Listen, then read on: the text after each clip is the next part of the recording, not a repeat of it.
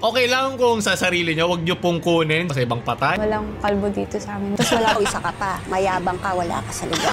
Yes po! Nakakalbo na si Tito Hen sa inyo. Kumusta yung mga cancer at mga matatakotin dyan? Ito ating gabi ng lagim at ang ating lambing. Kaya alam nyo na dati ng mga nakakatakot kayo ng mga video at papanoorin natin ang gabi ng lagim at agad simulan.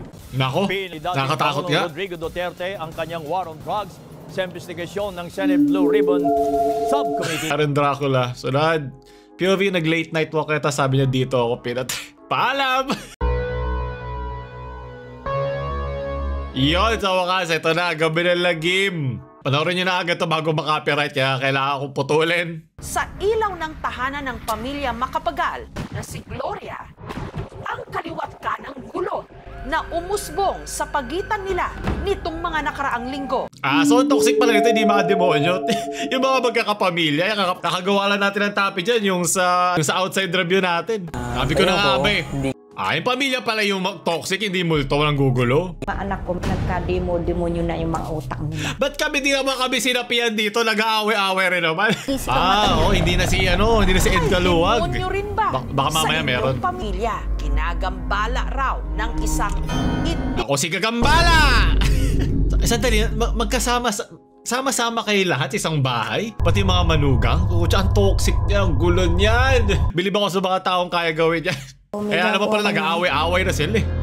Piling ko baka rason lang nila to para para maghiwa-hiwalay na sila. Para sige, umalis ka na dito, hayop ka, dahil mong gusto. May particular kang gusto na klase ng ligo, sa klase ng luto, sa klase ng hugas. Para naman may katotohanan. Baka meron sila nagambala na multo sa lugar. ang di umano. Gusto kayo edit tayo na para may steep neck. Yung kalahati ng katawan ko, hindi ko maigalaw. Hindi ba stroke yun? Abig sa'yo Ron, itigil mo yung kakainom mo ha. Tsaka mga masebo ha, masama yan. Hoy, ayop. Ang pang-10 anak ni Gloria na si Marjorie. Ano? Totoo ba yung narinig ko? Pang-10 anak? Sigurado na kung may 10 anak, may isa talagang demonyo dyan. Baka nasa lahi nyo yan.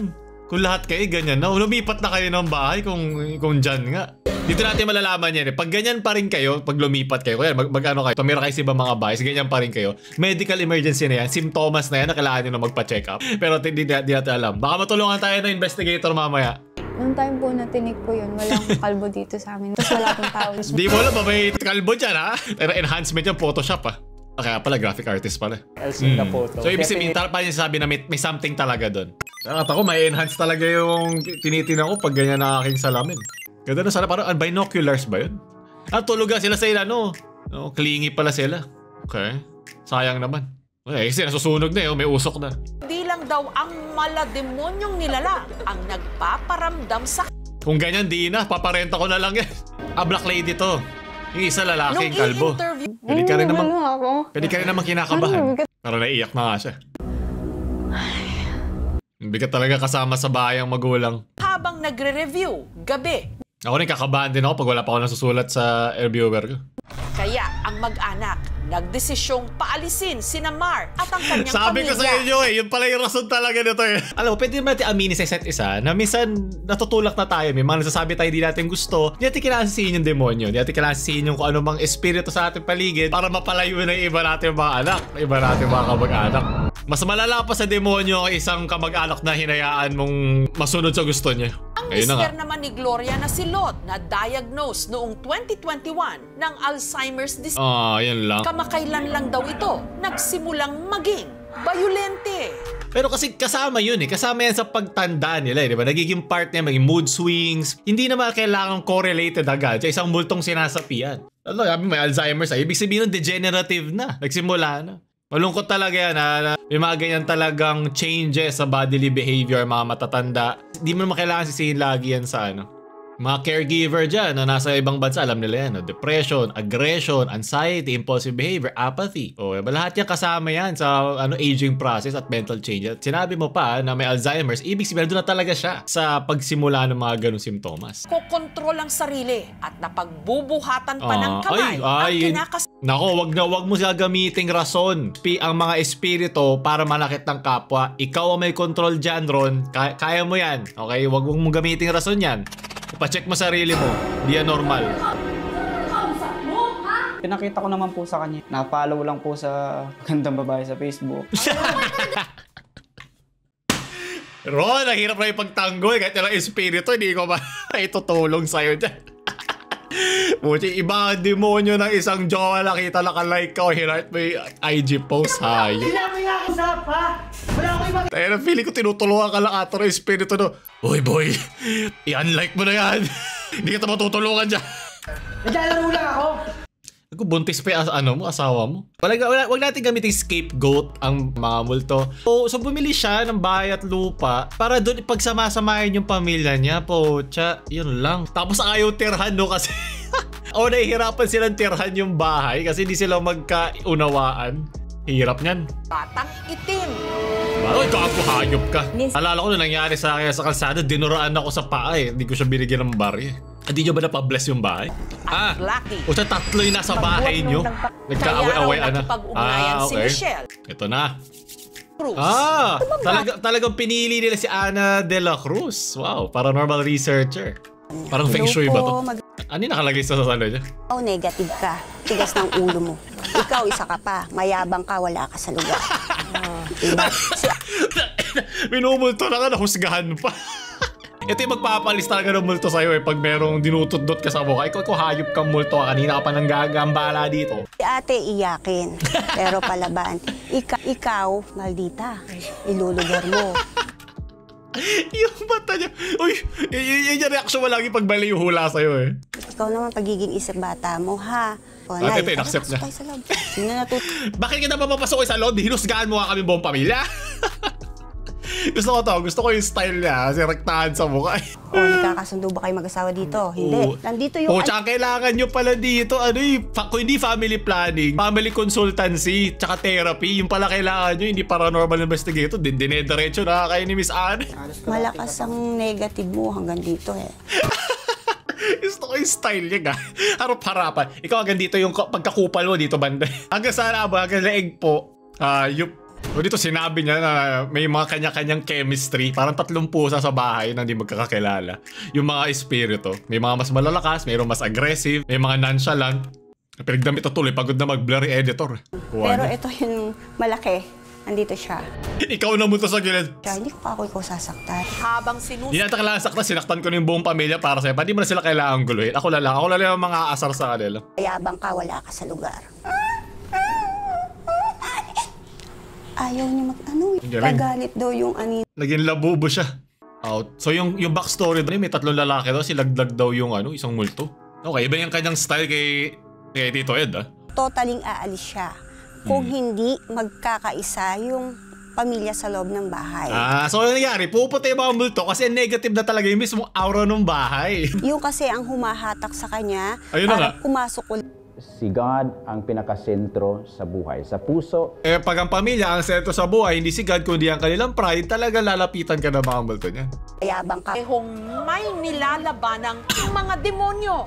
Yun na nga, ito yung sabi ko parang pag may nilalaban ng mga demonyo. Instead of physical talaga may demonyo, malay mo ikaw talaga yun. At kailangan mo talagang i-criticize, kailangan mo talagang i-judge ang sarili mo para malaman mo na kailangan ko pala itong baguhin. Masama pala to. At dito nakakapasok yung family planning, family therapy, di ba, consultancy, para ma-air out at matanggal yung mga pag-aaway ng pamilya. Siguro yun yung pinakamaganda makukututunan natin dito. At syempre, pinaka-importante, labas yun na si Tito Ed.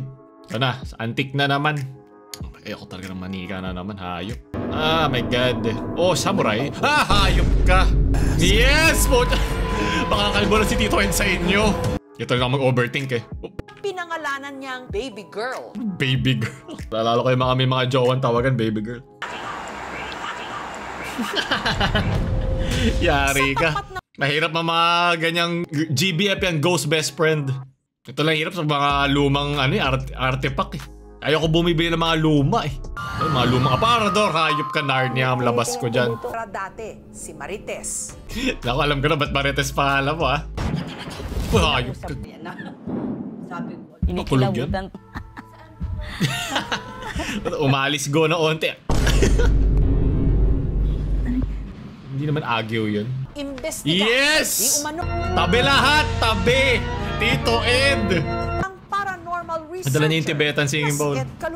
Woo! Sinabi na wala doong alam si Tito Ed sa mga yan. Pumasok lang siya at siya na bahala umintindi. Ito rin ako pag papasok sa klase.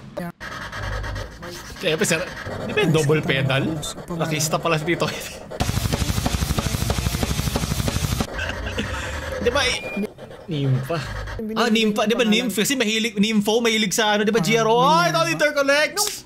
May nakita ko nag-comment regarding sa ni Tito Ed na baka kasi pag tinaas mo na konti yung parang nakakakuha doon ng frequency yan. Diba sa gitar nakakakuha ka ng radyo or signal. So parang ganito siguro yung purpose kaya ginawa ni Tito Ed para makuha na yung frequency. Siguro yung goal niya. Portal for Spirit Box, PFS.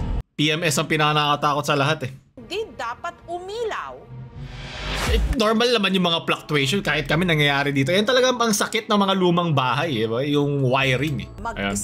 Alis na kayo lahat, ako na bahala dito, boy. JJK. The K in JJK is kaluwag. Tatawagin niya.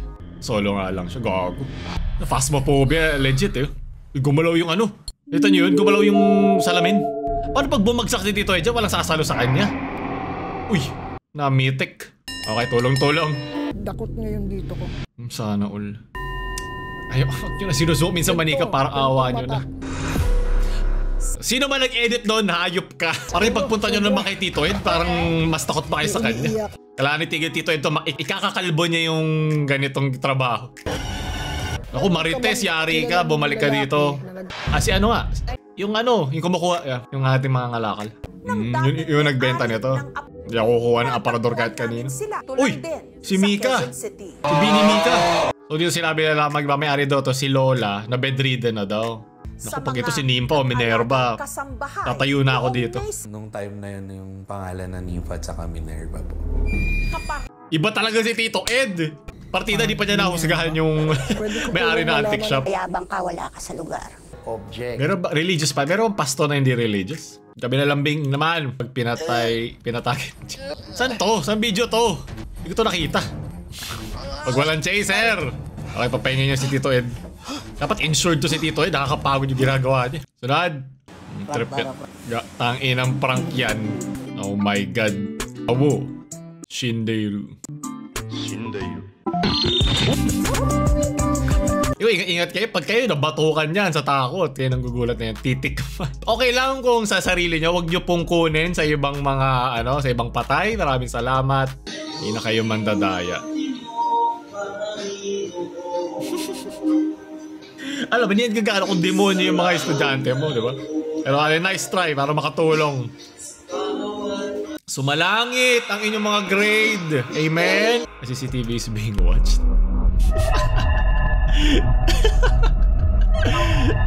Bisa mas manggugulo pa ang pusa kung kailan ka natutulog mga abnormal. Nasaan yung pagkain? The difference!